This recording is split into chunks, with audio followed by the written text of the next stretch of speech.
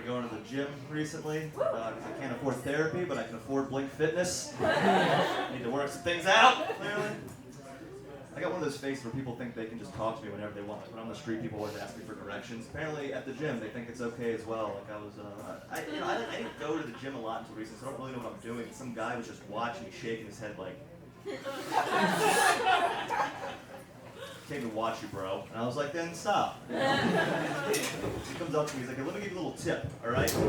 Low weights, high reps. Low weights, high reps. So you know what? Just follow me today. You're following me." So I'm going around with this guy, and we're working out, and he ended up being all right. And then we eventually parted ways, and then I noticed that he did some push-ups before he went to the locker room. So I was like, "Oh, I'll do that, and then I'll head out."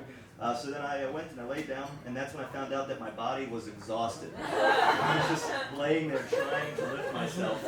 And I guess I'm okay with that, because that means I worked out as hard as I could possibly work out. What I hate about that is that means if you just got to the gym, you saw a guy built like me, attempt a push-up, fail, and then just leave the gym.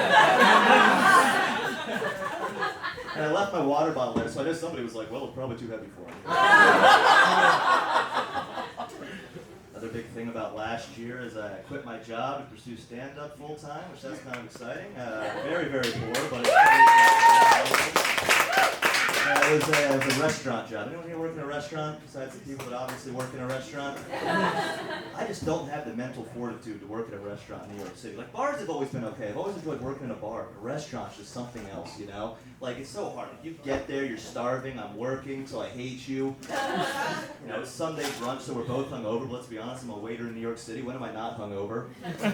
Before I can tell you about the gluten-free menu, you cut me off, and you're like, "I need a Bloody Mary stat." And I'm like, "I hear that, girlfriend." You're like, "What?" And I'm like, "Sorry, sir, I'll be right back with the Bloody Mary." And I go and I get you the Bloody Mary, and then you say, "Now I need an egg sandwich." And then I go and I put the order in for the egg sandwich, and then I come back to the table and you say, "Sorry, is the bread gluten-free?" And I'm like, "Well, if I could have told you about the gluten-free menu." But I don't know, so I go back to the kitchen, and I'm like, "Hey guys, is the bread gluten-free?" And they're like, "Will, you've worked here for 4 years. When are you going to learn the menu?" And I'm not. I'm just not.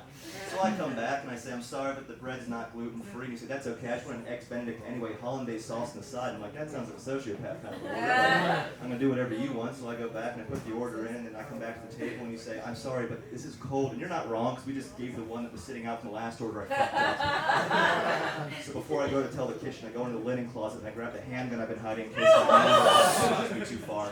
And I hold it to my head and I say, "Is today the day?" But it's not that day. And I go back in the kitchen, I say, "Hey guys, I said the eggs Benedict's cold." And then the chef decides to go down into the freezer and he grabs the handgun he's been hiding in the closet. He holds it to his head and he says, "Is today the day I finally kill Will Abeles?" But it's not that day. And so then he grabs a bottle of whiskey that he has labeled Daddy's Juice, and he takes a swig of it. Now he's feeling good. He comes up and he says, "I need an eggs Benedict on the fly," and the kitchen cheers. And I come out and I say, "Hey guys, eggs Benedict's gonna be right out. But this next round of Bloody Marys, that's on me." And all of a sudden you guys like me.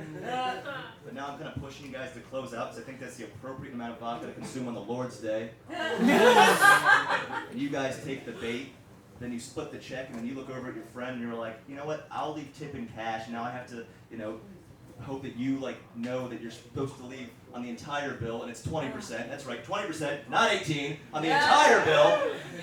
Then you hand me the cash, and this time it actually tips my favor, because you are bad at math, but it's good. You leave 30%.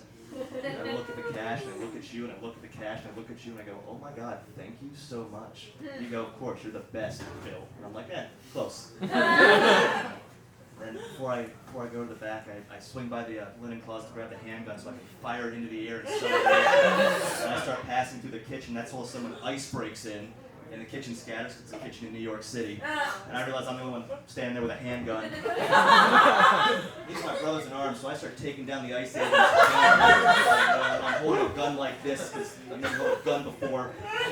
And I'm not shooting to kill, but I'm not shooting to miss either. I take every single person down, and I start walking out the back door in triumph, and I yell over my shoulder, "Viva Mexico!" The line cook Felipe's like, "I'm Colombian, you dick." And now I'm a fugitive on the run. It takes me all the way to Wilkes-Barre, Pennsylvania, before I finally run out. So I decide to go into a diner and have one last meal before I turn myself in. And right then I meet a girl with her daddy's credit card and nothing to lose, and we fall madly in love. She calls me Bug, and I don't know why, but I fucking love it. But we're all also millennials, so as we're driving across the country, we forget that every time we swipe the credit card, they can just follow us. So we get all the way to the Grand Canyon, and we have the cops in front of us in the Grand Canyon behind us, and I look at her and I say, "You into the end, babe?" And she goes, "I'm into the end, bug." And I swing the car around, and we go flying towards the cliff's edge. And right as we fly over, I remember that you asked for the hollandaise sauce on the side, and we gave it to you as is twice, and you still tipped 30%, and it's like, wow, there really are good people out there.